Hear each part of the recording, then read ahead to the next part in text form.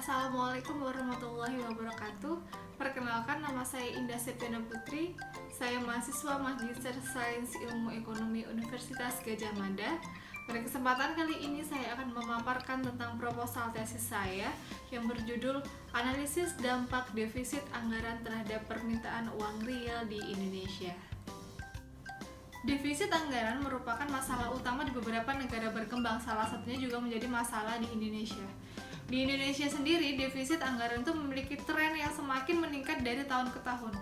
Berdasarkan gambar, kita bisa menganalisis bahwa dari tahun 2010 hingga tahun 2019, selama 10 tahun, tren dari defisit anggaran itu semakin menurun dalam artian jumlahnya semakin besar. Pada tahun 2010 ini angkanya sebesar 46.845 miliar, meningkat hingga pada tahun 2019 itu sebesar 348.635 triliun. Peningkatan defisit anggaran ini juga akan meningkatkan jumlah utang pemerintah. Hal itu kenapa?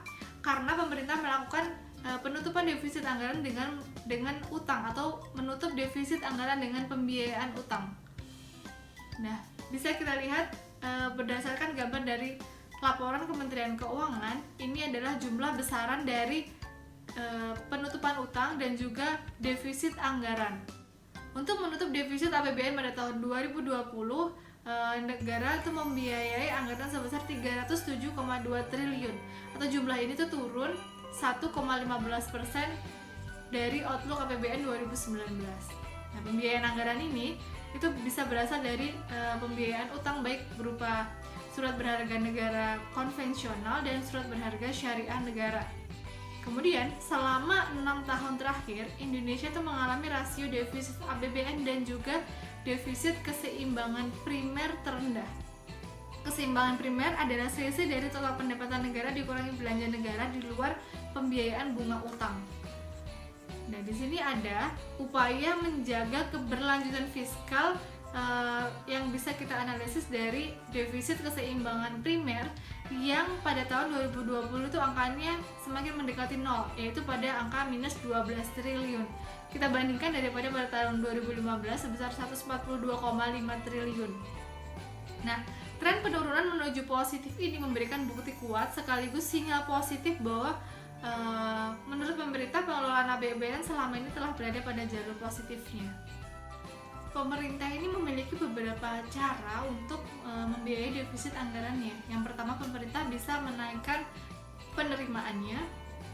Kemudian pemerintah bisa melakukan pinjaman luar negeri atau pinjaman dalam negeri. Nah, selain kedua cara tersebut, pemerintah juga bisa melakukan pencetakan uang baru untuk membiayai defisit anggaran. Tetapi dampak dari percetakan uang baru yang tidak terkendali itu dapat menyebabkan inflasi. Nah, pembiayaan defisit anggaran dengan cara meningkatkan jumlah uang beredar ini tuh akan memiliki dampak terhadap peningkatan permintaan uang oleh masyarakat. Hal ini disebabkan karena penurunan nilai uang dalam perekonomian. Dengan kata lain, masyarakat perlu menambah uang untuk pengeluarannya. Dengan demikian, pembiayaan defisit anggaran oleh pemerintah dengan cara menambahkan uang dalam perekonomian dapat meningkatkan jumlah penerimaan pemerintah itu sendiri. Menurut Krawis dan kawan-kawan, tahun 2012, pemerintah itu mendanai defisit anggaran melalui hutang. Beban hutang dianggap sebagai salah satu faktor ekonomi utama. Ini tuh mempengaruhi sebagian besar variabel kondisi ekonomi, terutama di negara berkembang seperti Indonesia. Nah, mereka berpendapat bahwa defisit anggaran pemerintah itu mempengaruhi permintaan uang melalui pinjaman yang dilakukan oleh pemerintah pusat. Krawis di sini ini membedakan utang pemerintah itu dua, yaitu ada utang eksternal dan juga utang internal. Nah, bisa kita lihat besaran dari utang luar negeri pemerintah dan Bank Indonesia dari bulan Januari 2020 sampai bulan Juli 2020. Jumlahnya ini lebih stabil. Nah, utang luar negeri pemerintah dan Bank Indonesia tercatat sebesar 201,8 miliar US dollar per Juli 2020. Utang luar negeri Bank Indonesia itu relatif lebih stabil, dan sementara peningkatan utang luar negeri pemerintah pada bulan Juni yang sebesar 196,5 miliar menjadi 199 miliar maksud saya Ini karena adanya penarikan sebagian komitmen lembaga multilateral dan penerbitan samurai bonds untuk memenuhi kebutuhan pembiayaan.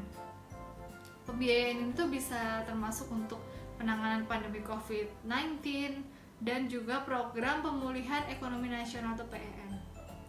Bisa kita lihat juga utang internal ini merupakan utang domestik Indonesia, besarannya sedikit lebih berfluktuatif daripada utang luar negeri pemerintah, yang mana pada bulan Maret ini mengalami penurunan, sedangkan kembali naik pada bulan April, Mei, Juni mengalami peningkatan yang cukup tinggi. Hal ini juga dilakukan pemerintah karena pemerintah itu perlu dana untuk mendanai keadaan krisis pada saat ini dikarenakan terjadinya pandemi COVID-19 di Indonesia. Defisit anggaran dan permintaan uang juga telah mendapat perhatian besar dalam beberapa tahun terakhir. Nah, ada 3 aliran pemikiran penting mengenai hubungan antara defisit anggaran dan permintaan uang. Ada Keynesian, ada Ricardian, dan neoklasik. Neoklasik dan Keynesian itu berpendapat bahwa defisit anggaran berdampak positif pada permintaan uang. Tetapi Ricardian mengusulkan bahwa defisit anggaran itu tidak berpengaruh pada permintaan uang. Jadi, ada beberapa debat tentang dampak defisit anggaran pada permintaan uang, dan diskusi ini lebih luas tentang validitas paradigma Keynesian dan juga Ricardian. Kemudian masuk ke rumusan masalah. Yang pertama, defisit anggaran pemerintah itu terus-menerus mengalami peningkatan hingga saat ini. Yang kedua, defisit anggaran dapat menyebabkan ketidakstabilan ekonomi melalui pengaruhnya terhadap permintaan uang. Nah, peningkatan defisit anggaran ini akan mempengaruhi permintaan agregat secara positif tergantung pada ukuran penggandanya. Peningkatan permintaan agregat pada gilirannya akan meningkatkan permintaan uang untuk keperluan transaksi. Yang ketiga, terdapat 3 aliran pemikiran penting mengenai hubungan antara defisit anggaran dan permintaan uang. Ada Keynesian, Ricardian, dan neoklasik. Kemudian yang keempat, utang menjadi salah satu solusi pemerintah untuk menutup defisit anggaran di Indonesia. Kemudian yang terakhir, yang kelima, pengeluaran pemerintah yang lebih besar daripada tingkat aktualisasi pendapatannya pada tahun 2020 ini semakin memperburuk defisit anggaran yang terjadi pada saat ini. Kemudian pertanyaan penelitian, terdapat 4 pertanyaan penelitian. Yang pertama adalah bagaimana pengaruh antara variabel defisit anggaran, GDP real, government expenditure, suku bunga deposito, dan inflasi terhadap permintaan uang real. Yang kedua, apa saja penentu variabel permintaan uang real dengan adanya defisit anggaran yang terjadi terus-menerus dalam jangka panjang. Kemudian yang ketiga, apa hubungan antara hutang publik internal dan eksternal dan dengan permintaan uang real. Kemudian yang terakhir, yang keempat, bagaimana respon variabel permintaan uang real di Indonesia terhadap variabel guncangan defisit anggaran, GDP real, government expenditure, suku bunga deposito, inflasi, dan utang publik internal dan eksternal dalam jangka panjang. Kemudian tujuan penelitiannya ini menjawab dari pertanyaan penelitian. Manfaat penelitian terdapat 2, yaitu pertama, secara akademis, penelitian itu diharapkan dapat memberikan sumbangan pemikiran dan kajian ilmiah tentang defisit anggaran dan pengaruhnya terhadap permintaan uang. Kemudian yang kedua, secara praktis, elaborasi hasil dan analisis dari penelitian ini diharapkan dapat memberi manfaat bagi stakeholder atau secara spesifik pemerintah dan pelaku ekonomi yang bersentuhan dengan kebijakan secara equilibrium dari segi kebijakan fiskal dan moneter. Masuk ke landasan teori, yang pertama ada teori Keynesian. Menurut pandangan Keynesian, defisit anggaran berpengaruh positif pada permintaan uang. Nah, jika ekonomi bekerja di bawah tingkat full employment, maka dikarenakan oleh kebijakan fiskal, defisit anggaran ini akan meningkat. Nah, defisit anggaran yang meningkat akan berdampak positif pada permintaan agregat. Peningkatan permintaan agregat ini akan meningkatkan permintaan untuk uang apabila kebijakan ini tuh dilakukan dengan menerbitkan obligasi. Nah, maka terjadi redistribusi kekayaan dari sektor publik ke sektor swasta dengan penerbitan obligasi. Nah, ini akan menyebabkan peningkatan kekayaan bersih oleh rumah tangga. Pada gilirannya, pengeluaran konsumsi akan meningkatkan pendapatan nasional melalui efek berganda. Dan peningkatan pendapatan nasional ini akan menyebabkan peningkatan permintaan uang untuk keperluan transaksi, sehingga permintaan uang akan terpengaruh secara positif karena orang ini memiliki lebih banyak, atau masyarakat memiliki lebih banyak obligasi pemerintah. Kemudian yang kedua ada teori David Ricardo yang menyatakan bahwa defisit anggaran tidak memiliki pengaruh terhadap permintaan uang. Sedangkan teori konvensional mengatakan bahwa peningkatan defisit anggaran yang dibiayai oleh pemotongan pajak atau penerbitan obligasi dalam perekonomian meningkatkan utang nasional dan pada gilirannya mempengaruhi beberapa variabel makroekonomi seperti output real, inflasi, permintaan uang, tingkat bunga, dan defisit neraca berjalan dan lain-lain. Tapi ada perbedaan antara pendapat konvensional yang diadvokasi oleh Keynes dengan pandangan yang disampaikan oleh Ricardo, karena Ricardo menyampaikan sebaliknya.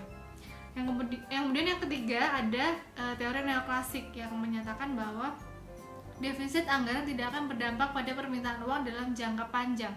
Meskipun neoklasik mendukung teori Keynesian, tapi hanya dalam jangka pendek. Tetapi dalam jangka panjang ada kontradiksi dalam pandangan mereka, karena alasan bahwa neoklasik mengasumsikan penggunaan penuh sumber daya dalam jangka panjang. Jadi ketika kita mempertimbangkan pekerjaan penuh sumber daya dalam satu perekonomian, maka itu berarti output tidak akan terpengaruh oleh perubahan ekonomi. Oleh karena itu, ini akan terlepas dari defisit anggaran, dan peningkatan kekayaan bersih mereka berarti pengurangan pengeluaran pribadi lainnya. Ini menunjukkan bahwa defisit anggaran tidak akan berdampak pada permintaan uang dalam jangka panjang menurut teori neoklasik. Menurut proporsi Keynesian, karena defisit anggaran dibiayai oleh penerbitan obligasi, kebijakan fiskal ekspansif yang dihasilkan akan membuat kurva IS itu bergeser ke kanan. Nah, kurva LM di sisi lain juga akan bergeser ke kiri jika peningkatan defisit anggaran mempengaruhi permintaan uang secara positif. Bauran kebijakan ini menghasilkan titik equilibrium baru untuk ISLM, di mana output dan suku bunga itu akan lebih tinggi. Kenaikan tingkat bunga ini menggagalkan investasi, mengurangi efek pengganda dari peningkatan permintaan agregat yang tadi terjadi.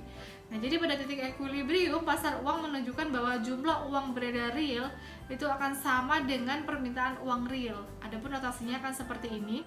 Ini merupakan fungsi dari keseimbangan permintaan uang real secara fungsional, di mana MD merupakan fungsi dari interest rate dan Y atau pendapatan. Nah, MD per P ini adalah permintaan total akan uang dalam arti real. Menurut Taylor dan Verux tahun 1993, mereka itu membuat dalam papernya membuat persamaan permintaan uang real itu sebagai fungsi dari Y, R, dan B, di mana Y adalah pendapatan real, R adalah tingkat bunga nominal, dan B adalah hutang pemerintah real.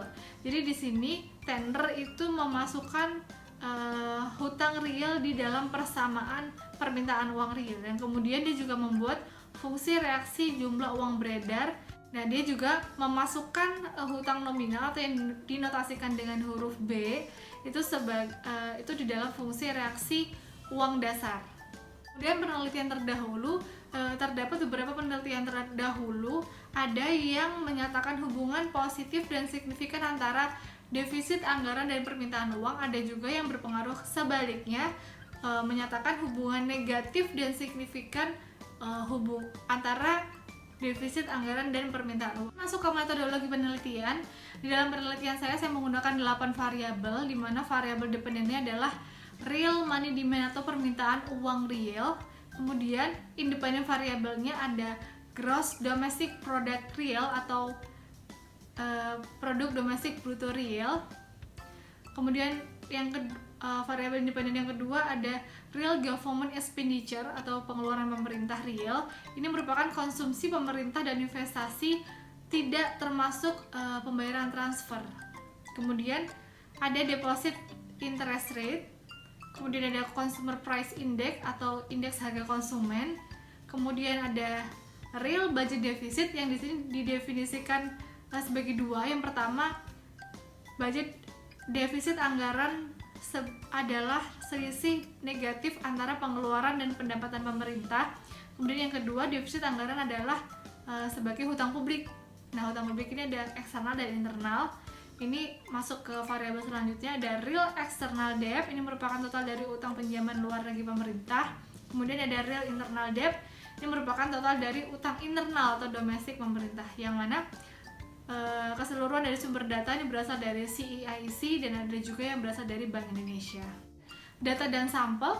Jenis data merupakan data sekunder dengan struktur data time series. Frekuensi data adalah bulanan dengan rentang waktu selama 17 tahun. Sampel dari penelitian adalah perekonomian Indonesia selama interval waktu 2004 Januari hingga 2020 Mei. Kemudian teknik pengumpulan data ini menggunakan penelusuran kepustakaan dan publikasi jurnal. Kemudian ada dari kumpulan sumber yang relevan seperti report yang diterbitkan Bank Indonesia, website CEIC, dan laporan perekonomian negara atau Kementerian Keuangan. Teknik analisis data. Metode kuantitatif yang digunakan yaitu menggunakan metode VECM dengan beberapa tahap-tahap uji. Yang pertama ada pengujian stasionaritas atau unit root. Kemudian yang kedua ada penentuan Lac length. Kemudian yang ketiga ada uji kausalitas Granger. Yang keempat ada uji kointegrasi. Yang kelima ada estimasi VECM. Yang keenam ada analisis impulse response function. Kemudian yang terakhir yang ketujuh ada analisis variance decomposition. Model penelitian yang saya gunakan terdapat dua model, yaitu model yang pertama ini adalah RMD adalah permintaan uang real, di mana RGDP adalah produk domestik bruto real, IR adalah suku bunga deposit, CPI adalah indeks harga konsumen, RBD adalah defisit anggaran real, dan RGE adalah pengeluaran pemerintah real. Dan model yang kedua di sini ada RID, RED, dan ER, di mana RID dan RED ini merupakan definisi dari budget defisit yang dinyatakan sebagai public debt atau hutang publik. Dan hutang publik ini dibagi menjadi dua, yaitu hutang publik internal dan eksternal. Jadi di sini real money demand sama dengan utang internal real ditambah RED ini utang eksternal real, dan ditambah di sini ada satu variabel kontrol yaitu nilai tukar. Kemudian yang berikut adalah model 1 yang sudah ditransformasi menjadi model VECM, dan juga model 2 yang sudah ditransformasi menjadi model VECM. Kemudian ini adalah persamaan matriks untuk model 1 VECM. Dan kemudian ini persamaan model 2. Sekian dari presentasi proposal saya. Apabila ada kekurangan saya mohon maaf. Terima kasih sudah menonton video ini. Semoga bermanfaat. Wassalamualaikum warahmatullahi wabarakatuh.